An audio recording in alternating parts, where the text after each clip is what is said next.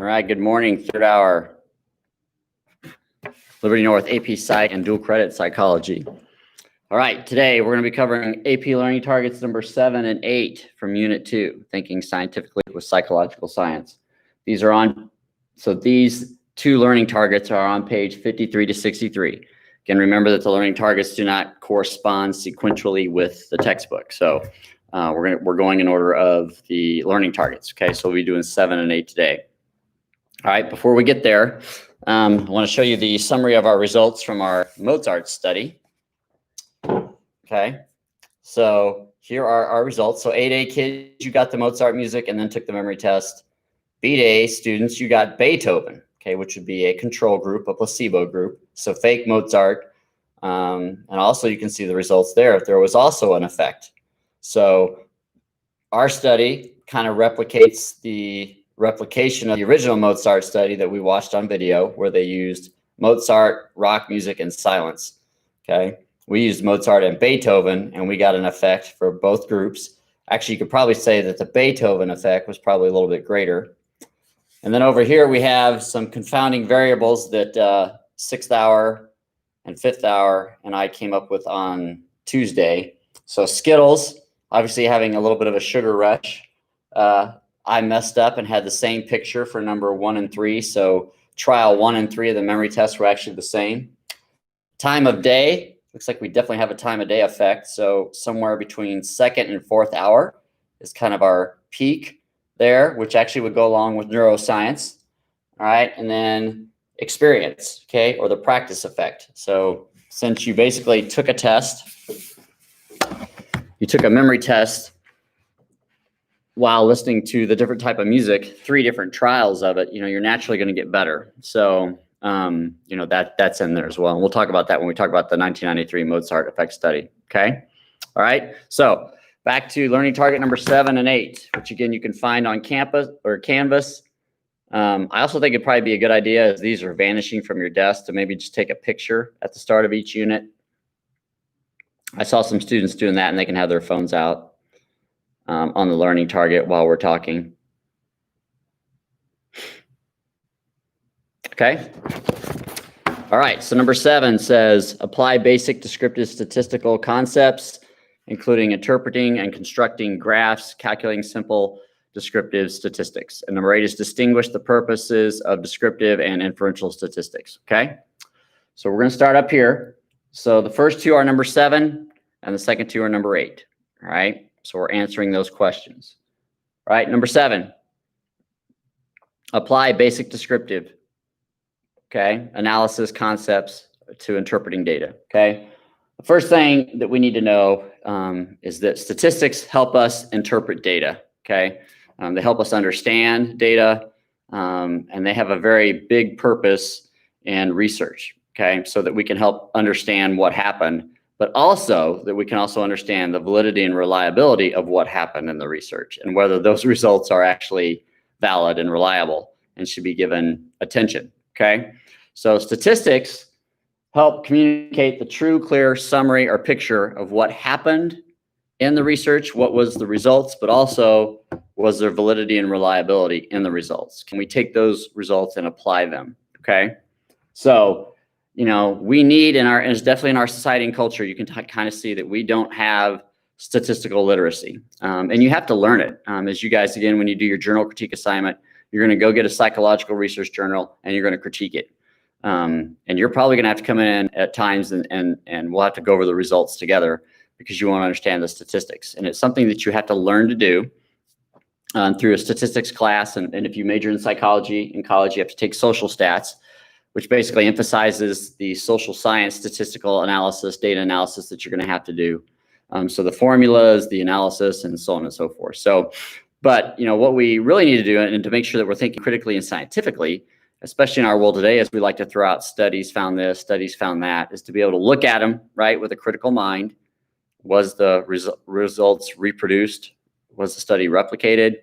Who were the original subjects? Okay. And then we also need to look at our statistics so that we can get a true, clear picture, which we'll do an example from here, okay? So statistical analysis has a big purpose. It helps us understand and get a clearer, different perspective of the results, but also then it helps us know how important are those results, or how valid are those results, okay?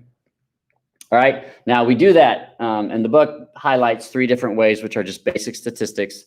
One you probably did in elementary school, which we talked about yesterday, so you're just kind of going back to the past. So the first one, well, all 3 of these are measures of variance, okay? So when we do research, any research really, we want to make sure that variance is small, okay? That our results don't vary widely, because if they do, then that means that we've got an issue, we've got a problem, okay? So we've got a problem with validity, possibly.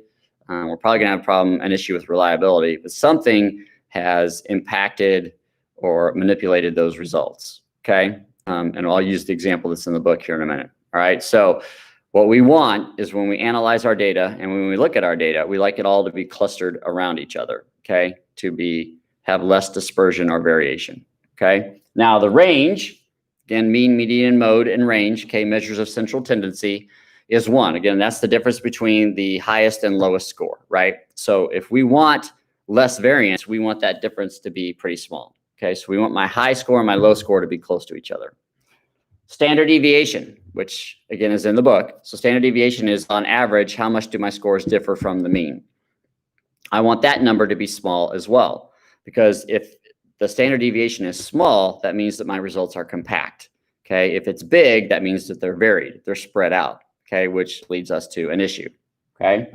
And then the last is normal distribution or bell curve, okay? Which again, if we have a small range and a small standard deviation, and we put our results into a standardized bell curve, we're gonna get the normal distribution curve, okay? Which is in the book, right? Now, if there is a large range and a large standard deviation, we don't get the normal bell curve. We get a really flat curve that kind of is spread out, okay, which indicates a problem, all right, which indicates a problem because we have too much variance, all right? Now, the book uses the example of a test. So a professor gives the same test to 2 classes. Both classes average 85%, okay? So on the surface, that looks good. Looks like the test was pretty valid, actually is reliable, right? Both classes had the same average, and it's a good average. It's 85%, so everything looks good. But if we look deeper, and if you look at class 1, you're going to see, even though they had an average, a mean score of 85%, they had a huge range in the difference of their scores. So they had really, really high scores.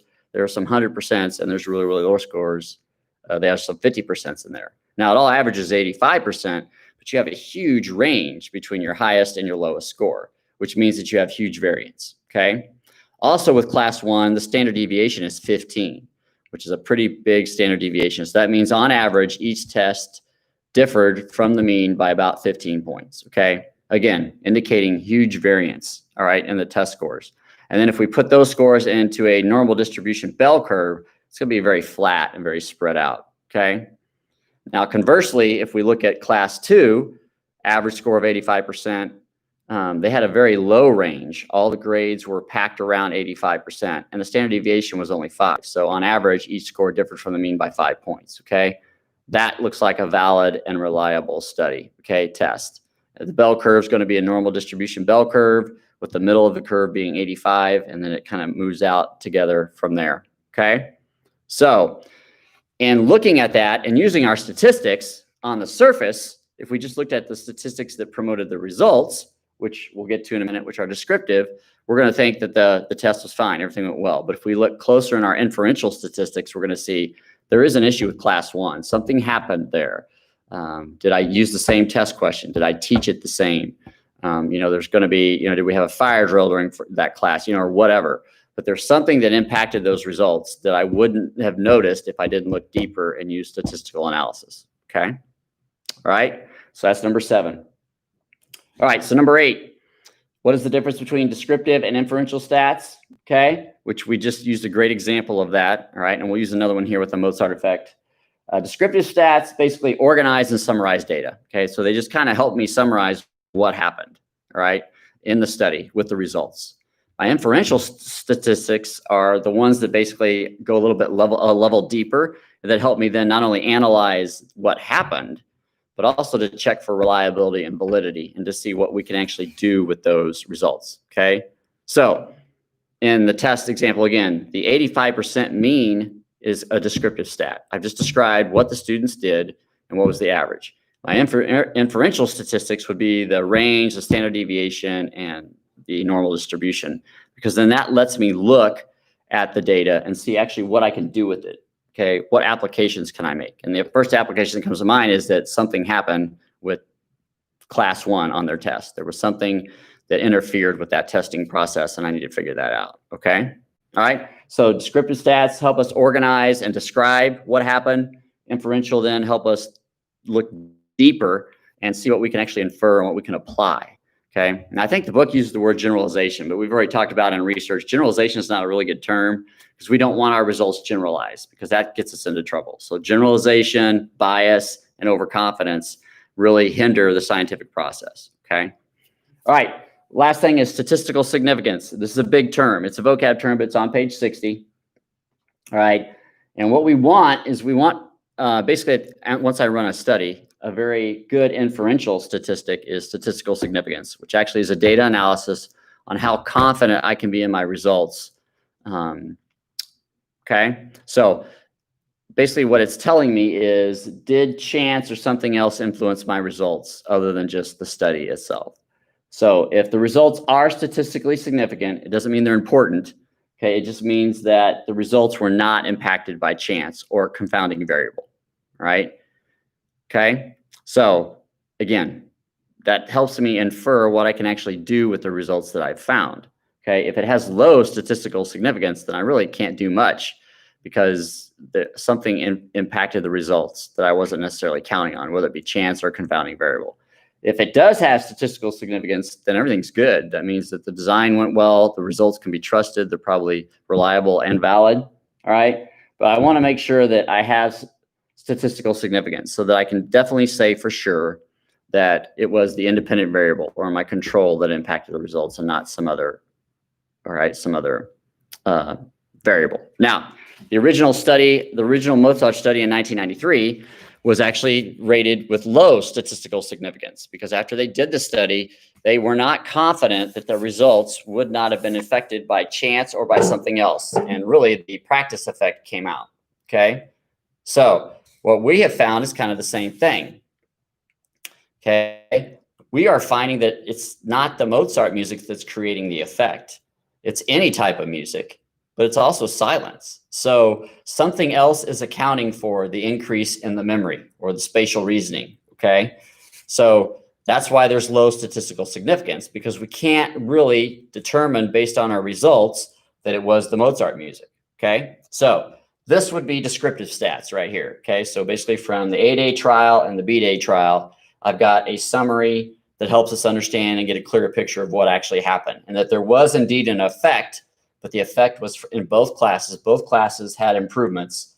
Okay, so we did 3 memory trials. The numbers that you see are the total students and the number of students who went up. Their highest score was the 3rd trial. Okay, and then what the highest score was is there in the parentheses. So this helps us describe what happened. Okay, now if we were going to inferential statistics and run our analysis, what we're going to find is that there are some other things that are influencing the results and not the Mozart music. Okay, because everybody's getting effects. So again, we have more of a Beethoven effect than we do a Mozart effect. Okay, so the original study done in 1993 was rated low after a data analysis on statistical significance. Okay, because something else impacted those results and not just the Mozart music. Okay, so we want our studies to have statistical significance. All right, and then these are 3 other points that they point out on page 60, which relates to our external validity and internal validity, which we talked about with our Skittles lab. Okay, so we want a representative sample. Okay, again, that's external validity. You know, the higher we have, the more we have external validity, the more people we can apply our results to. All right, so representative samples are better than biased samples, which again is why we use random assignment and random selection and then replication. Okay, less variable results are more reliable. Okay, so that goes up here to our measures of variance. So again, if I have less variance in my results, in my statistical analysis, my data, most likely my inferential stats, then that leads to higher validity and reliability. Okay, I can trust it. I can be confident. All right, and then more cases are greater than fewer cases, which is external validity. Okay, so again, when we did our Skittles lab, I did that 12 times, 12 different classes. And each class had about 7 to 8 trials in there, right? And after the 2 days, I only had 3 students who actually had a representative sample on their own in their individual trial with the Skittles. Okay, so they were able to represent all 5 colors and represent them proportionately. Okay, all right. Now, 1 by itself is very hard to do, to replicate, okay, to represent. So what we're counting then is we're counting each individual student's trial as a replication. And by the end of that, we're going to have dozens and dozens of trials, which then are going to have more and more cases, which makes it more representative. Okay. So, and that's external validity as well. Okay. All right. So hopefully you kind of see how all this is kind of relating together as we kind of work down through the learning targets and research. And that we need statistical literacy so that we can really describe, understand, and infer, what we have found and what we discovered. All right. Any questions?